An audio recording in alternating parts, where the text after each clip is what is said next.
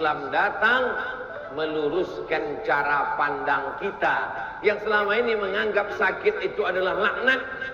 Dalam Islam sakit adalah 3. Yang pertama, cara Allah menghapuskan dosa. Yang kedua, cara Allah menaikkan derajat. Yang ketiga, ada hamba-hamba Allah yang sudah ditempatkan Allah di surga Jannatul Firdaus, surga paling tinggi.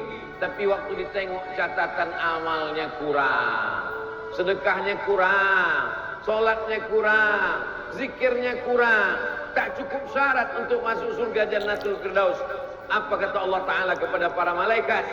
Buat hamba ini sakit, kalau dia sabar, kalau dia ridha, kalau dia menerima takdirku dengan ikhlas, angkat derajatnya.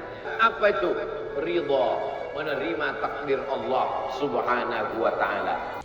Sebelum kita lanjutkan, jangan lupa subscribe, like, dan share kepada kawan-kawan kita yang lainnya. Assalamualaikum warahmatullahi wabarakatuh. Kawan-kawan sekalian yang saya hormati, hari ini saya ingin melanjutkan obrolan kita yang lalu. Obrolan kita yang lalu itu, kawan-kawan sekalian, tentang sakit. Nah, saya punya pengalaman sakit. Kebetulan ada Pak Sam. Kita suka menemukan dalam kehidupan sehari-hari kita itu orang bicara tentang kesehatan. Jadi normalnya kita itu fokus kita itu kepada kesehatannya. Tapi ketika mengalami sakit, semua pindah. Fokusnya lebih difokuskan lagi hanya ngurusin sakit. Padahal sakitnya itu sebetulnya kasus dalam pikir saya gitu kan ya. Dalam rentang waktu panjang di dalam kehidupan kita itu, sakit itu nggak lama, sebentar-sebentar. Tapi topik yang paling utama ketika sakit itu ya sakit, bukan sehatnya. Jadi saya pengen ngajak ngobrolan hari ini tentang sakitnya gitu. Pak Sam, gimana pengalaman Pak Sam setelah sakit atau mengalami sakit? Saya alhamdulillah, itu betul Pak Tar tadi. Jadi selama hidup tuh sakit itu 2 kali.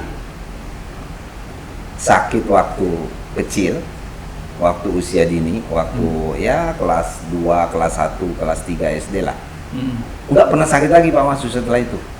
Sehat terus. Mau kerja sampai berapa hari nggak tidur juga sehat terus, alhamdulillah Pak. Atau sakit tapi belum ada juga? Enggak ada. Jadi itu Anda tahu askes kan? Enggak pernah askes itu saya pakai. Gitu loh. Jadi itu tanda bahwa saya tuh nggak sakit. Kerja itu kalau nggak salah, kalau bukan karena pergi haji nggak ada cuti saya. Nggak pernah ngambil cuti tahunan kayak orang-orang ngambil gitu. Nggak pernah. Sebentar Pak. Nah, Tidak sakit itu maksudnya tidak merasakan sakit. Ya buktinya saya nggak dirawat, saya nggak minum obat, ya nggak sakit lah. Oh itu ya. Muncul lagi sakit setelah pensiun di usia berapa ya, tahun 2017 saya. Berarti gara-garanya pensiun nih Pak? Mungkin juga. Mungkin juga, karena kan nggak ada aktivitas yang apa ya, yang memaksa kita sehat. Atau coba ngetes itu kali BPJS-nya gitu, pakai apa enggak gitu. Sekarang dipakai, dulu enggak ya. Sekarang BPJS dipakai. Ada indikasi lain dari pengalaman, kalau kita ke dokter baru sakit itu. Gitu kan ya. Jadi sakit itu indikasinya adalah kalau ke dokter, gitu kan ya. Ya. Pak Sam, sakit itu kalau dirawat. Iya. Kira-kira gitu kan ya. Iya.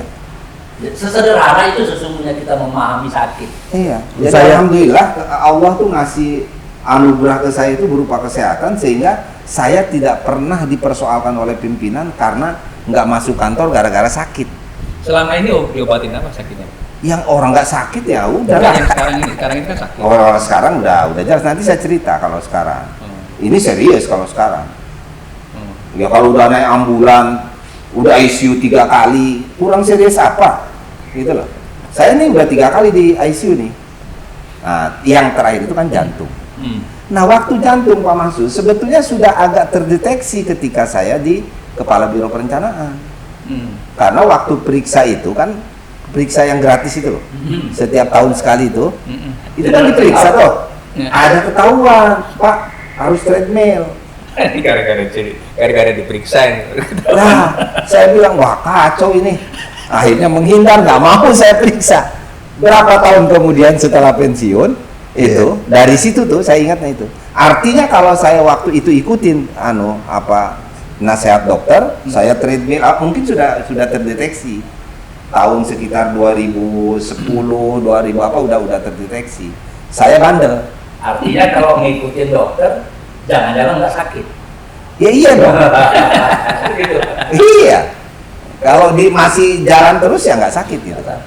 Nah, alhamdulillah tuh 2017 saya pasang ring, Pak. Udah nggak bisa lagi. Saya kena serangan jantung. Gitu loh. Tapi ringnya itu cuma satu, alhamdulillah. Mudah-mudahan di ring satu terus. Jangan naik-naik. Gitu kan gitu. Nah, itu 2017. Tapi di tahun 2022 saya jantung juga, tapi bukan hal yang sama, bukan penyumbatan lagi. Bukan penyumbatan. Saya di kateter. Itu bagus di kateter itu. Tidak ada pergerakan prosentase penyumbatan dari tahun 2017 ke 2022. Artinya perawatan saya baik pribadi maupun dokter gitu, itu bagus menurut dokter. Terjaga gitu loh. Nggak ada kenaikan yang signifikan. Pokoknya yang dulunya 55 tetap aja di 55 penyumbatannya. Kan penyumbatan tuh pemirsa, kalau belum 65% belum disarankan pasang ring. Gitu loh. Artinya normal, penyumbatan tuh penyumbatan tuh ada semua, tapi prosentasinya masih rendah. Kan kita ini kan barang tua nih. Ya selalu lah pasti, tapi belum memerlukan itu. Alhamdulillah tahun 2022 itu Pak Mahsus diperiksa nggak ada, penyumbatan nggak ada, saya kan kambuh lagi tuh. Oh rupanya di aritmia, irama jantung, iramanya kena, iramanya nggak stabil, naik turun 70, 80, 90, 100, detak jantungnya gitu tuh. Nah jadi nggak stabil, nggak normal, dan itu katanya bisa mati mendadak. Karena bisa jadi saya 30 detak jantungnya di bawah normal gitu loh, 20 bisa pernah sampai 20 saya. Di ruang ICU, tapi di ruang ICU kan ada macam-macam kan, ada alat tadi. Sudah nggak sadar itu gitu ya? Sadar. Bagaimana supaya jadi ibadah? Ternyata kita waktu diberi sakit itu kan ditegur tuh. Oh memang kamu tuh waktu diberi sehat nggak bersyukur sih. Kan itu ibadah. Iya. Coba kalau kamu bersyukur, itu kan ibadah. Nah rasa pertobatan kita pada waktu sakit itulah sebetulnya itu juga ibadah kan. Itulah pahala. Kenapa orang sakit? Makanya kalau sakit itu ya dinikmati dalam artian ya positif, bukan negatif. Dinikmati. Oh udah sakit terusin aja. Kalau negatif kan, aduh bunuh diri gitu kan. Wah itu nggak bisa dong. Ya berobat. Ya berubah cara pola hidup. Dulu begadang, jangan begadang. Dulu makan berlebihan, sekarang jangan berlebihan. Gitu kan? Ya itu tobat kan. Jadi kawan sekalian, bicara tentang sakit itu memang kalau kita bisa melihat sisi lainnya dari sakit, istilahnya tuh memahaminya secara positif, maka kita dapat memetik hikmahnya, dapat mengambil manfaatnya dari sakit itu, sehingga sakit itu sesungguhnya bisa menjadi pelajaran hidup bagi kita. Nah Pak Mahsus ini lebih memahaminya atau suka memahaminya secara religi, secara keagamaan.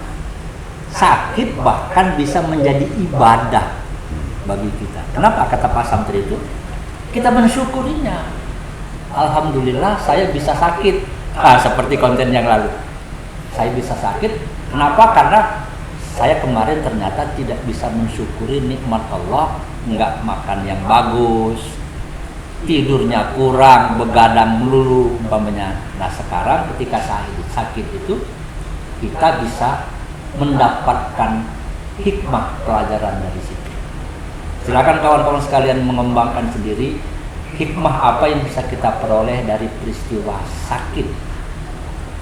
Terima kasih atas perhatiannya. Wassalamualaikum warahmatullahi wabarakatuh.